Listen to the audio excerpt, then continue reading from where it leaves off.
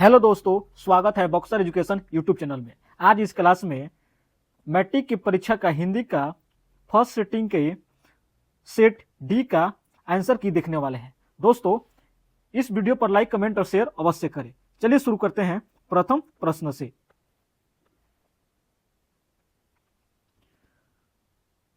नौकर की कमीज किसकी रचना है? तो यह किसकी रचना है? यह विनोद कुमार शुक्ल की रचना है।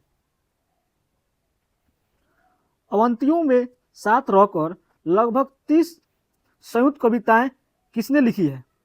इस कविताओं को आद्रे बेता, रेने शाह और पाल एलवार ने लिखे हैं। ऑप्शन डी इसका करेक्ट आंसर होगा। पंडित बिरजू महाराज गंडा किससे बंधवाए थे? तो गंडा महाराज जी से बंधवाए थे। अगला प्रश्न, परंपरा का मूल्यांकन शीर्षक पाठ के लेखक कौन है? तो इसके लेखक विनोद कुमार शुक्ल है। अगला प्रश्न, बहादुर कहां से भाग कर आया था? तो बहादुर नेपाल से भागकर आया था।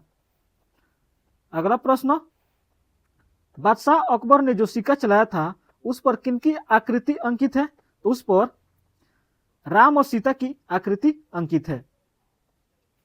अगला प्रश्न, प्राणी शास्त्रों का ऐसा अनुमान है कि मनुष्य का अनावश्यक अंग उसी प्रकार झड़ जाएगा जिस प्रकार उसकी पूंछ झड़ गई थी। किस पाठ की पंक्ति है? तो यह पंक्ति नाखून क्यों बढ़ते हैं उस पाठ की है। इसका ऑप्शन बी होगा। मैक्स मुलर ने किस रचना का जर्मन भाषा में पदानुवाद किया है? तो जर्मन भाषा में मेदूत ने किया है। अगला प्रश्न, नलिन बिलोचन शर्मा के अनुसार महल और झोपड़ी वालों की लड़ाई में अक्सर कौन जीतते हैं? तो महल वाले ही जीतते हैं। इसका करेक्ट आंसर ए होगा। धरती कब तक घूमेगी शीर्षक पाठ की नायिका कौन है? इसकी नायिका उर्मिला है। ऑप्शन सी करेक्ट हुए। यह घर नवीन का है, यह किस विशेषण का उदाहरण है? तो यह गुणवाचक विशेषण का उदाहरण है। थान भर कपड़ा यह किस विशेषण का उदाहरण है? तो थान भर कपड़ा सर्वनामिक विशेषण का उदाहरण है। अगला प्रश्न, शाश्वत खाता होगा किस वर्तमान काल का उदाहरण है? तो यह संभाव्य वर्तमान काल का उदाहरण है। अगला प्रश्न, निम्न में से कौन वाक्य अकर्मक क्रिया का उदाहरण है? तो अकर्मक क्रिया का उदाहरण मनीष बिस्कुट खाता है। इसका करेक्ट आंसर ऑप्शन ए होगा। खरगोश बिल से बाहर निकला, इस वाक्य में कौन सा कारक है? तो इसमें अपादान कारक है। अगला प्रश्न, जिस छंद में 4 चरण और प्रत्येक चरण में 16-16 मात्राएं होती है उसे कौन से छंद कहते हैं? तो उस छंद को चौपाई कहते हैं।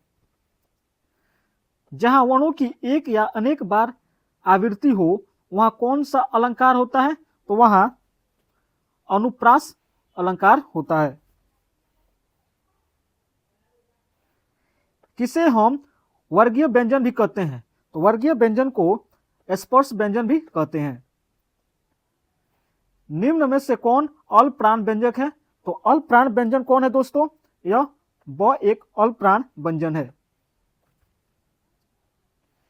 निम्न में कौन महाप्राण व्यंजन है? तो महाप्राण व्यंजन ध है। कौन है दोस्तों? महाप्राण व्यंजन ध है। अगला प्रश्न, जिसे नहीं जीता जा सके वाक्य खंड के लिए एक शब्द क्या है? अज्ञेय। जिसका तेज निकल गया वाक्य खंड के लिए एक शब्द क्या है? तो इसका है निस्तेज।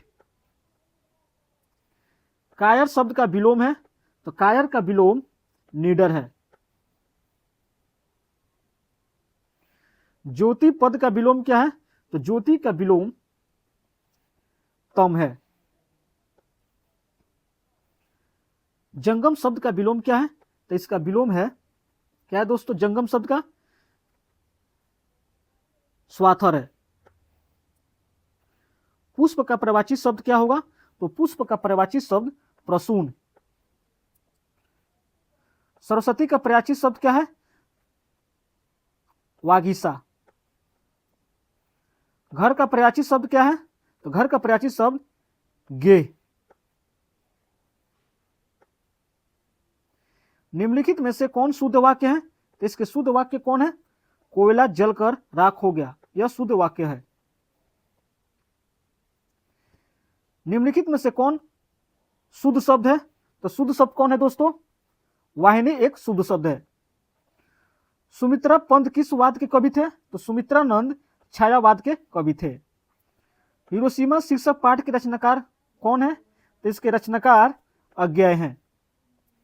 निम्न में से कौन कवि आदिवासी लोक कविताओं के भी अनुवादक हैं? तो इसका अनुवादक बीरेन डगवाल है।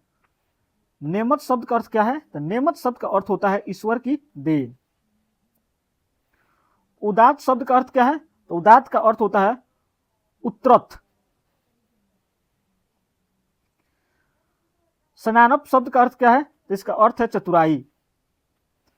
गुरु नानक को किस मुगल सम्राट से मुलाकात हुई थी? तो इसकी मुलाकात बाबर से हुई थी। हाटक में देखू भरा बसे अंग्रेजी माल पंक्ति के कवि कौन है? इसके पंक्ति कवि प्रेम घन है। हस्तलिपि किसे कहते हैं? तो हस्तलिपि हाथ की लिखावट को कहते हैं। साखी शब्द का अर्थ क्या है? तो इसका अर्थ है गवाही। गवाही क्या नाम है दोस्तों? इसका अर्थ होता है गवाही। निम्न में से कौन पंचमाक्षर है? तो कौन है दोस्तों? अण पंचमाक्षर है। त्र किन वर्णों के मेल से बना है? तो त्र आधा त प्लस र से बना है। निम्न में कौन दीर्घ स्वर है? तो दीर्घ स्वर बड़ी ई है। ऑप्शन भी करेक्ट है। ऊ का उच्चारण स्थान क्या है? ओठ। निम्न में से कौन उष्म व्यंजन है? श। जपूजी किसकी रचना है? गुरु नानक की। रस खान किस छंद में सिद्ध थे? तो यह सवया में। किसने जीर्ण जनपद नामक एक काव्य लिखा जिसमें ग्रामीण जीवन का यथार्थवादी चित्रण है? तो यह किसका है? बद्री नारायण चौधरी प्रेमघम के। इसका करेक्ट आंसर ऑप्शन सी होगा। घनानंद किस भाषा में लिखते हैं? तो घनानंद ब्रज भाषा में लिखते हैं। सुमित्रानंद पंत की माता का नाम क्या था? तो उनके माता का नाम आनंदी देवी था। फुफेरा शब्द में कौन प्रत्यय है? तो फुफेरा में एरा प्रत्यय है। पढ़ाकू शब्द में कौन प्रत्यय है? तो पढ़ाकू में कु शब्द है। मानवता किस शब्द का उदाहरण है? तो मानवता का उदाहरण योग रूढ़ है। खलियान किस शब्द का उदाहरण है? तो खलियान तद्भव का है। खटास किस संज्ञा का उदाहरण है? तो खटास भाववाचक संज्ञा का उदाहरण है। निम्न में से कौन व्यक्तिवाचक संज्ञा का उदाहरण है? तो व्यक्तिवाचक संज्ञा का पारिजात। सांप शब्द का स्त्रीलिंग रूप? इस स्त्रीलिंग रूप सप्तमी। निम्न में कौन शब्द पुल्लिंग है? तो पुल्लिंग है विवाह। हिंदी में कुल कितने सर्वनाम है? तो इसमें 7 सर्वनाम है। दाल में कुछ है किस सर्वनाम का उदाहरण है?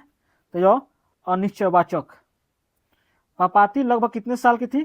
तो पपाती 12 साल की। मां शीर्षक पाठ के लेखक कौन है? इसके लेखक ईश्वरी पेटलिकर है। माँ जी के पास आंगन में बैठकर मगम्मा क्या खाती है? पान सुपारी।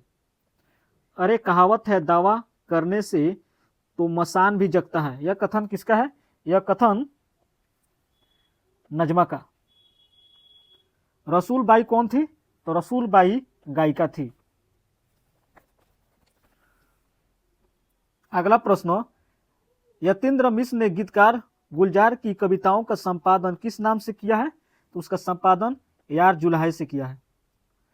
बहुवचन पत्रिका के संपादक कौन थे? इसके संपादक अशोक वाजपेयी हैं। शहर अभी संभावना है किसकी रचना है? तो इसकी रचना अशोक वाजपेयी की है।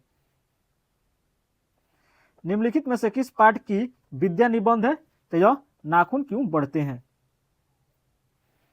The castes in India there mechanism किसकी रचना है? तो यह भीमराव अंबेडकर की है। रामधारी सिंह दिनकर का जन्म कहाँ हुआ था? तो उनका जन्म सिमरिया बेगूसराय बिहार में हुआ था। इनके पिता एक प्रख्यात पुरावेत्ता थे। तो क्या थे? सचिदानंद हीरानंद वात्स्यायन यज्ञ के। एक वृक्ष की हत्या शीर्षक कविता कवि कौन है? तो इसके कवि कुंवर नारायण है। जीवना दास किस भाषा में सम्मानित कवि हैं? तो यह बांग्ला भाषा के। बीजाक्षर किसकी रचना है? तो यह अनामिका की। रेन मारिया रिल्के की माता का नाम क्या था? तो इसके माता का नाम मारिया था। जिजीविषा शब्द का अर्थ क्या है? जीने की लालसा। बाबा साहेब भीमराव अंबेडकर का जन्म किस परिवार में हुआ था? तो यह दलित परिवार में। महात्मा गांधी का निधन कब हुआ था? 30 जनवरी 1948 को। बिस्मिल्लाह खान साहब 80 बरस से प्रार्थना में क्या मांगते थे? तो वह सूर मांगते थे।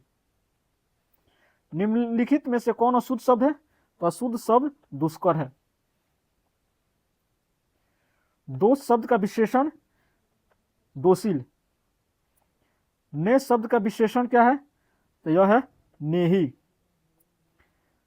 तमाश शब्द परिभाषित शब्द है, तो यह तामसिक। मेरी बहन स्वाति अपनी सहेली के घर गई, यह किस वाक्य का उदाहरण है? तो यह सरल वाक्य का। निम्नलिखित में से कौन कर्मवाचक का उदाहरण है? तो कर्मवाचक का उदाहरण संगीता द्वारा रोटी पकाई गई। पर्याप्त शब्द में कौन उपसर्ग है? तो इसमें कौन सा उपसर्ग है दोस्तों? परी। आघात शब्द में कौन सा उपसर्ग है? तो आघात में आ उपसर्ग है। कुपत्र शब्द में कौन सा उपसर्ग है? तो इसमें कु है। लुटिया शब्द में कौन सा प्रत्यय है? तो लुटिया में इया है।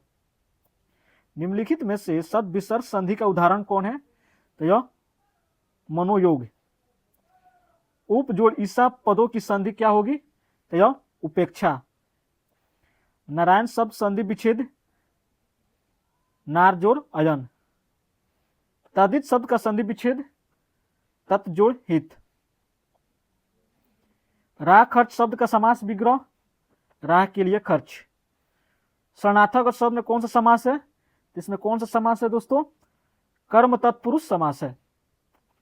समक्ष शब्द किस समास का उदाहरण है? तो इसमें अव्ययी भाव समास का उदाहरण है। दोपहर शब्द किस समास का उदाहरण है? तो इसमें द्विगु समास। गर्दन पर सवार होना मुहावरे का अर्थ क्या है? इस मुहावरे का अर्थ है पीछा न छोड़ना। होनहार बिरवान के होत चिकने पात लोक्यु का अर्थ क्या है? तो इसका अर्थ है होनहार के लक्षण पहले से ही दिखाई पड़ते हैं। धन्यवाद दोस्तों। इसका पीडीएफ लेने के लिए मेरे टेलीग्राम चैनल को ज्वाइन अवश्य करें। जय हिंद। फिर दोस्तों हम सेकंड शिफ्ट में मिलते हैं हिंदी के।